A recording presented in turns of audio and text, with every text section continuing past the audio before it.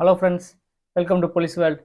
நம்ம இந்த வீடியோவில் என்ன பார்க்க போகிறோம் பார்த்தீங்கன்னா, டிஎன்பிஎஸ்சி சிலபஸில் இருக்கிற 25 அதிகாரத்தில் ஃபஸ்ட்டு அன்புடைமை நம்ம ஃபுல்லாக பார்த்துட்டோம். ஸோ இந்த வீடியோவில் பண்புடைமை அதிகாரம் அந்த அந்த 10 திருக்குறளுமே மொத்தமாக தான் நம்ம பார்க்க போகிறோம். ஸோ ஸ்கிப் பண்ணாமல் பாருங்கள்.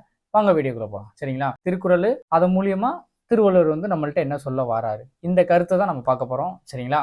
சரி வாங்க பார்க்க. பண்புடைமை பார்த்தீங்கன்னா 100வது அதிகாரம். என்பதத்தால் எய்தல் எளிதென்ப யார் மாட்டும் பண்புடைமை எனும் வழக்கு. இந்த குறளுக்கான பொருள் என்னன்னா, பிறருக்கு எளிமையாக காட்சி தந்து உதவுதலே சிறந்த பண்பு என்று பெரியவர்கள் நூல்ல எல்லாம் சொல்லுவாங்க. அதாவது என்ன அப்படின்னா, சிம்பிளா இருக்கணும். என்கிட்ட இவ்வளவு செல்வம் இருக்கு அப்படின்றதுக்காக நம்ம பெரிய ஆடம்பரமா இல்லாம சிம்பிளா இருந்து மத்தவங்களுக்கு ஹெல்ப் பண்றதா ஒரு சிறந்த பண்பு அப்படின்னு சொல்றாரு திருவள்ளுவர். நெக்ஸ்ட் திருக்குறள் பார்க்கலாம். அன்புடைமை ஆன்ற குடிபிறத்தல் இவ்விரண்டும் பண்புடைமை எனும் வழக்கு. இந்த குறள் மூலியமா திருவள்ளுவர் நம்மள்ட்ட என்ன சொல்றாரு, ஒரு ஆளு ஒருத்தவங்க மேல அன்பா இருக்காங்க, மதிப்பு மரியாதை வச்சிருக்காங்க அப்படின்னா, இவங்க அதாவது இந்த மதிப்பு மரியாதை வச்சிருக்காங்க தெரியுமா, அவங்க ஒரு நல்ல குடும்பத்துல பிறந்ததுக்கு உண்டான ஒரு பண்பு தான் இந்த பண்பு. இப்படி மதிப்பு மரியாதையும் இன்னொருத்தவங்க மேல வச்சிருக்காங்க அப்படின்னு சொல்றாரு திருவள்ளுவர். சரிங்களா?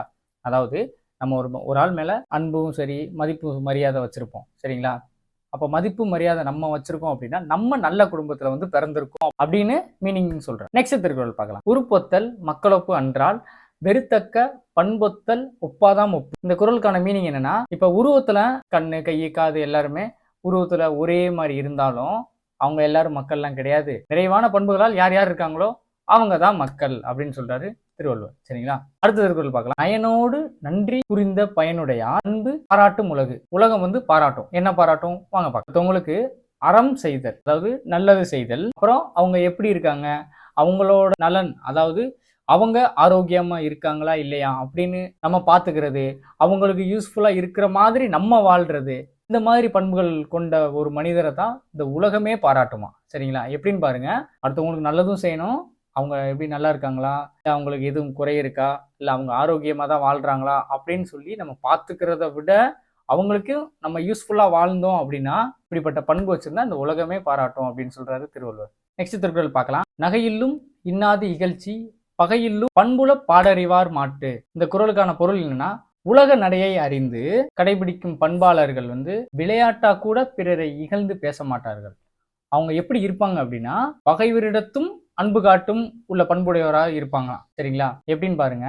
இப்ப இருக்கிற கரண்ட் சிச்சுவேஷனா இருக்கட்டும், நல்ல நிறைவான பண்பு உடைய ஒரு மனிதரா இருக்கட்டும், அவங்க விளையாட்டா கூட பிறரை இகழ்ந்து பேச மாட்டாங்க. பகைவர் தனக்கு என்னதான் கெட்டது பண்ணியிருந்தாலுமே அவங்க நல்லா இருந்தா போதும், என்கிட்ட நமக்கு கெட்டது செஞ்சுட்டாங்க அப்படின்றதுக்காக அவங்கள வெறுக்காம எப்படியா பாத்துக்கலாம் அப்படின்னு சொல்லிட்டு அவங்க நல்லா இருந்தா போதும் அப்படின்னு நினைக்கிறவங்க உலகத்திலேயே மிக பெரியவங்க அப்படின்னு சொல்றாரு திருவள்ளுவர். சரிங்களா? இந்த திருக்குறளுக்கு ஏத்த மாதிரி என்னோட லைஃப்ல ஒருத்தவங்க இருக்காங்க. சரிங்களா? நான் சின்ன வயசுல எவ்வளவோ நண்பர்களை கடந்து வந்திருக்கேன்.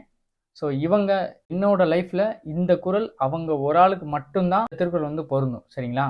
அந்த மாதிரி உங்களுக்கும் இந்த திருக்குறளுக்கு ஏத்த மாதிரி ஒரு பர்சன் இருந்தாங்க அப்படின்னா எனக்கும் இருக்காங்க அப்படின்றத மட்டும் கமெண்ட்ல சொல்லுங்க. சரிங்களா? நெக்ஸ்ட் திருக்குறள் பார்க்கலாம். பண்புடையார் பட்டுண்டு உலகம் அது இன்றேல் மண்புக்கு மாய்வது மண். இந்த திருக்குறள் மூலியமா திருவள்ளுவர் நம்மள்ட்ட என்ன சொல்றாரு அப்படின்னா, பண்புடைய மக்கள் நிறைய பேர் இருக்கனாலதான் இந்த உலகமே இயங்கி கொண்டிருக்கிறான். இது இப்படிப்பட்ட பண்பு இல்லாதவங்க ஒருத்தவங்க கூட இல்லை அப்படின்னா இந்த உலகம் நிலநடுக்கத்தால் சீரழிஞ்சிரும் அப்படின்றதான் திருவள்ளுவர் சொல்றாரு. பண்புடையவங்க இருக்கிறனாலதான் இந்த உலகமே இயங்குது, இல்லையா ஒட்டுமொத்தமா சுத்தமாவே இந்த பூமி அழிஞ்சிரும் அப்படின்றாரு திருவள்ளுவர். சரிங்களா?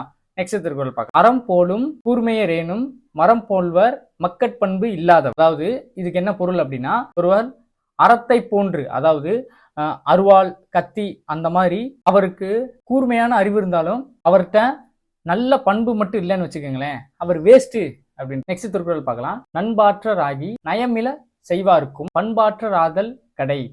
இந்த குறளுக்கான பொருள் என்னன்னா, தம்மிடம் நட்பு கொள்ள விரும்பாமல் தீமையே செய்பவருக்கும் நாம் பண்போடு நன்மை செய்யாமல் இருந்தோம் அப்படின்னா ரொம்பவும் கீழ்த்தனமானவங்க அப்படின்னு சொல்லி நம்மளதான் சொல்றாரு திருவள்ளுவர். அதாவது ஒரு ஆள் நம்மள்ட்ட ஃப்ரெண்டாவே ஆகல, அவர் நம்மளுக்கு கெடுதல் செய்யறாரு அப்படின்னா திருப்பி நம்ம அந்த கெடுதலை செஞ்சுட்டோம் அப்படின்னா நீ அவனோட கேவலம் தாயா அப்படின்னு சொல்றாரு திருவள்ளுவர். நெக்ஸ்ட் திருக்குறள் பார்க்க. நகல் வல்லர் அல்லாருக்கு மாயிரு ஞாலம் பகலும் பார் பட்டன்று இருள். இந்த திருக்குறள் மூலியமா திருவள்ளுவர் நம்மள்ட்ட என்ன சொல்றாரு அப்படின்னா, ஒரு நற்பண்பு உடையவராய் பிறரிடம் மனம் கலந்து பேசும் மகிழும் திறமை இல்லாதவங்க உலகம் வெளிச்சத்துல இருந்தாலும் இருட்டாதான் தெரியும் அப்படின்றாரு. அதாவது என்ன சொல்றாரு அப்படின்னா, ஒருத்தர் வந்து நல்ல பண்புகளை பெற்றிருக்காருப்பா, சரி நல்ல பண்புகளை வச்சிருக்காரு.